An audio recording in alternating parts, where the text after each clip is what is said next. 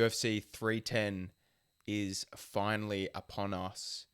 Going down this weekend live from California. Cali gets a massive one. I have a feeling this event is going to be pretty special. I'm sure you guys are looking forward to it just as much as I am. And we've had a bit of reshuffling all over the card. But the final result, even though the main event rescheduled and changed, we won't see Bilal Muhammad. We will not see Shavkat Rakhmonov fight for the title just yet. But like I said, the finished product we do have, what a card. Join me today as we break it all down. And I'm going to let you know why this is going to be one of the most exciting cards to watch all year. Let's dive straight into that main event. Kai Asakura taking on the reigning, defending flyweight champion of the world, Alexandre Pantoja. And yes, Kai Asakura, exciting, talented, the new kid on the block, full of exciting knockouts, full of finishes, especially for a lighter weight class like that. There's a lot of hype coming in on this kid, he's had a lot of promotion. I talked about earlier this week, Alexandre Pantoja not getting his credit, not getting his flowers. Put some respect on that guy's name, because in terms of accolades and even excitement, what more do you guys want from him? He gives us wars every single time out. And he's shown, after defending the title in his last time out, he's got all of the skills, to stay at the top of this division. And he's seen it all before in the UFC. Can Asakura hang? It's going to be such an interesting matchup. Beyond the fight, the moment, the pressure of debuting in the UFC on a pay-per-view, let alone being the main event and it being a title fight. Wow, that is some pressure on that young man's shoulders. Beyond the fight, coming into this week, I'm really interested to see the media from him, see how he's feeling in this moment, because it's a make or break kind of situation. In terms of the actual fight, it's going to be a really, really exciting stylistic matchup for all of us. Pantoja, like I said, he makes it a war every single time out. And Kai Asakura, he hits like an absolute truck. How he destroyed Juan Archuleta.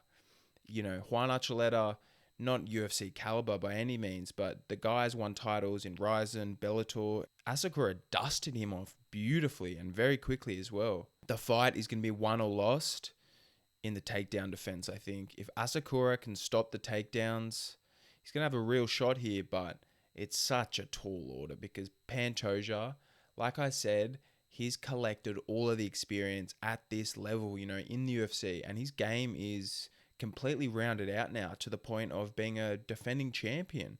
The guy has put all of the pieces of the puzzle together where it matters in the UFC, and he's getting all of the accolades to show from it.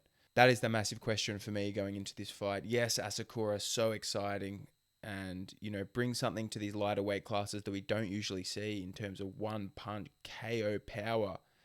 But if you're hoping to win via kill shot over Pantoja, that's what you're riding for. It's a really, really tough ask, because Pantoja, not only is he experienced, durable, has a chin of steel, but the guy knows how to win rounds, win minutes. And in a fight like this, it's going to make all of the difference. So what a main event. Although it's in the flyweight division, I think this is going to be a really, really interesting fight and quite an exciting one. I think the energy in the arena is going to be at an all-time high after the co-main event, which should lead to a really, really exciting main event. Now let's jump into that co-main event.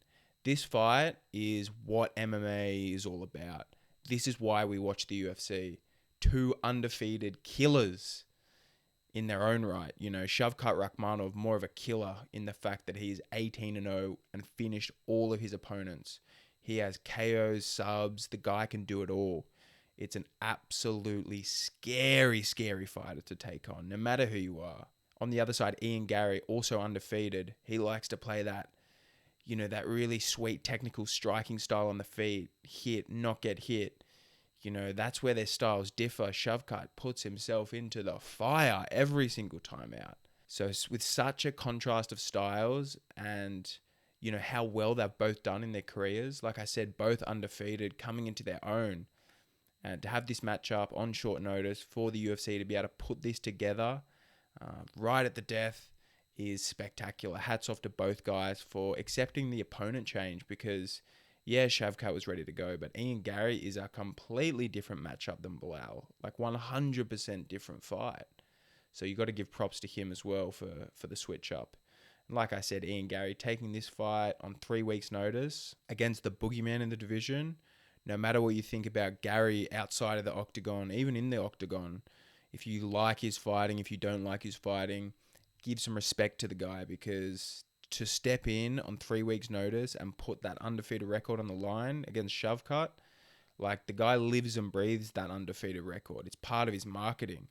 So hats off for putting that on the line, because you're in for a really, really tough fight, my friend. Everyone is all over Shavkat Rakhmonov in this fight, and for good reason. The guy is a killer, like we've spoken about. I think this is going to be a lot closer than people think, especially on the feet. I think the striking can be in the favor of Ian Garry almost. Yes, Shavkat has more oomph, more power, and a bit more devastating up there, but Garry, he knows how to pick his shots, and a style like that is how you beat a bulldozer on the feet. So I'm really, really intrigued to see how they're going to match up on the feet and how quickly Shavkat shoots. These guys have done training together before, and they're going to know, where they can have success. So that's going to be really interesting. Does Shavkat come out and shoot straight away, or does he entertain the striking? Because I think the longer he entertains the striking, the more time it gives Ian Garry to get his reads and land something devastating. The guy has really nice long-range kickboxing, and Shavkat does not move his head that much. So, if Shavkat isn't on his P's and Q's, if he overextends on anything here, he's going to be in real, real danger of getting countered. Like, Garry isn't the most powerful striker, but his speed, timing, and accuracy when he gets it to the target, especially when you overextend on something, he can put you out. He can put you out for sure. And I don't think Shavkat is immune to that. Yeah, the guy's a good chin, but the punches that you don't see coming are the ones that really hurt you, no matter how strong you are. So that's something to keep your eye on, guys. Yes, Shavkat, he's a killer. One of my favorite fighters. Don't get me wrong, I am all over Shavkat here. I would love to see Ian Garry lose and get that 0 taken. I think we need to slow the roll a little bit. Shavkat Rakhmonov is, getting spoken about like he's going to run through this fight. And Ian Garry is where he is for a reason. The guy's undefeated. And not only that, but he's very smart, very calculated, and knows how to stick to a game plan. So do not count out Ian Garry. But with all that being said, give me Shavkat by finish. The guy's a murderer, and I cannot wait to see him back in the octagon. If he gets through this insane title shot against Bilal, he's going to have so much steam on him. Can you imagine if he goes in there and finishes off Garry? So yeah, I'm sure you guys are looking forward to that co-main event, even more than the main event. This is the real fight on the card. Like I spoke about earlier, this is the reason we pay attention. This is the reason that we watch MMA, for fights like this. Hats off to the UFC for making another one again, because this is one of the fights of the year for me. 100%. Let's look down the rest of the card. Cyril Gane, Volkov, a fight we have already seen before. Do you guys think that's going to be any different? I know Volkov has put together some good wins and refined his game a little bit, but at the end of the day, styles make fights. And how the fuck are you going to catch Cyril Gane? If you're going to strike with Cyril Gane, good luck, man. Like, he moves like a lightweight, a middleweight. Like, the guy has super fast feet, just a crazy style, and the variance in his shots, once he gets that flow going, is brutal. We've seen this over 5 rounds, so give me Cyril Gane by decision all day, every single day of the week.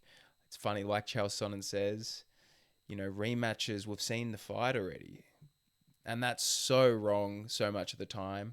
But in a case like this, I'm really struggling to, see where this fight plays out differently than it did the first. This one is a crazy fight. Bryce Mitchell, Kron Gracie on the main card. What an interesting fight. Bryce Mitchell had a really interesting career so far. Started out so hot. Remember when he got that twister in the UFC? That was absolutely wild. Has had a really, really tough couple of performances in recent years, notably against Ilia Topuria, and then Josh Emmett almost killed him. That is as bad as a KO as you can suffer, in any combat sport. That's the sort of UFC highlight reel KO that you see thousands of times on promos, on YouTube videos. Like, he got put on an absolute poster by Josh Emmett. Will that happen against Kron Gracie? I guarantee you it will not. Kron Gracie has zero striking, zero takedowns, world-class jiu-jitsu, but he's so not well-rounded enough to be in here in the UFC. And I think Bryce Mitchell, get those kicks going, brother. Get those side kicks going. Keep him on the edge of your punches. Don't even bother grappling with him. Just coast to victory here. We saw Charles Jourdain do a similar thing. Bryce Mitchell is a savage on the ground in his own right, but why even test the jiu-jitsu here when you have way more paths to victory on the feet, in the clinch, wherever you want it? Put some hurt on this guy. It's crazy that Kron Gracie is still in the UFC, getting absolutely carried by that last name. But regardless, Bryce Mitchell, sign me up. You have me for life, brother. I will always be a fan of yours. And this is no different. I think this is going to be a hilarious fight. Every time Bryce Mitchell fights, I will watch because that guy is absolutely hilarious. Nate Landwehr, Doohoo Choi. That one opening the card is going to get the place on fire. That one's a really, really good fight at featherweight. Not the biggest fight in terms of name value here, but these guys are going to give us a war. Nate Landwehr, Doohoo Choi do not know how to have boring fights. There was a lot of talk about these legends, being on the prelims, and Aljamain Sterling, Evloev on the prelims is pretty criminal, to be honest. I don't know. I don't get it. But the UFC is an entertainment business at the end of the day, as much as a sport. That's how you get stuff like this. Regardless of the card placement, Landwehr and Doohoo Choi is going to be a fireworks fight. Tune into that one. It's going to get the main card kicked off in a beautiful fashion. Let's go Doohoo Choi. The guy has a crazy chin, fights with no concern for his brain or health, which is terrible for him, but always makes for an entertaining fight. Like the war he put on with Swanson, go back and watch that fight. Dominic Reyes, Anthony Smith. How is Anthony Smith going to win this fight? And he is so diminished at this point of his career. Do you guys even care to watch him fight? Like, he's one of the most lukewarm, mundane fighters at this point, Anthony Smith. You do great stuff on the other side, the commentary, the breakdowns, doing what I do, Stick to that, my brother. You don't need to take any more damage because Dominic Reyes is going to put you on a platter. The guy has as much damage as Reyes has taken. The guy cracks still, and showing in his last fight, he gets a win and gets a KO over a pretty good guy. So this, like I said, where is Anthony Smith's path to victory? I think Dominic Reyes, if he doesn't KO him, because I think Smith's going to try and fight behind the high guard, really carry away and just look to be safe in there apart from winning. So that could mean Dominic Reyes gets a decision. But if Smith opens up a little bit, even a little bit, he's going to get KO'd by that Dominic Reyes left hand because it is a sniper. And like I said, Reyes is diminished as well, but the guy can still crack and still goes after it. That's the thing that separates these two in this fight. Let's go Dominic Reyes. That Evloev Sterling fight, like I said, why is it on the prelims? It is an absolute crazy contest. Like, yes, two grapplers, two fighters with very, very heavy grappling games. But these guys are ranked featherweights, We're talking title shot for whoever wins this. So for it to be on the prelims is absolutely hilarious. It's just hilarious. Dana White absolutely hates Sterling. He got roasted after UFC 300 for what he did there. Had a great debut at featherweight. Calvin Kattar was never in that fight. But Aljamain Sterling, in this entertainment business model, like I talked about, just does not fit in. And that's why he's on the prelims here against Evloev as well, who has not got a finish in the UFC. Evloev, heavy favorite coming in. I don't get that. Yes, he has great strength, great control, great grappling, but where's the danger? Aljamain Sterling, they're going to take this fight to the ground. Like, Evloev is going to want this on the ground, and Sterling is absolutely beautiful down there. Great control, great back takes, great jiu-jitsu. I can see Sterling getting to the back here and taking rounds. Yes, Evloev's stronger, probably hits a lot harder, probably a little bit more polished on the feet, in places. But Sterling has that weird style. It's just, no one fights like Aljamain Sterling. And as goofy, silly as it does look sometimes, The guy was a world champion, and he's made it work for him. Even at featherweight in this new division, like I said, Calvin Kattar cannot stop a takedown to save his life. So it's going to be interesting to see. I think Aljamain, he's not going to get takedowns necessarily, but if he can work his way to the back, he can steal rounds here. So give me Aljamain Sterling by decision. Give me that upset. Every single fight on this card is worth tuning into. Like I said, UFC 310 is going to be one of the most exciting pay-per-view events of the year. Just for those top two alone, there's no way those fights could be boring. Thank you guys so much for tuning in. Please let me know what you're thinking. I'd love to hear some predictions. I would love to hear, where the excitement levels are at for what matchups. I know everyone's looking forward to that co-main event. That is going to be fireworks. Thank you so much for joining me, guys. If you could like, comment, and subscribe, I would really, really appreciate that. And we will chat soon.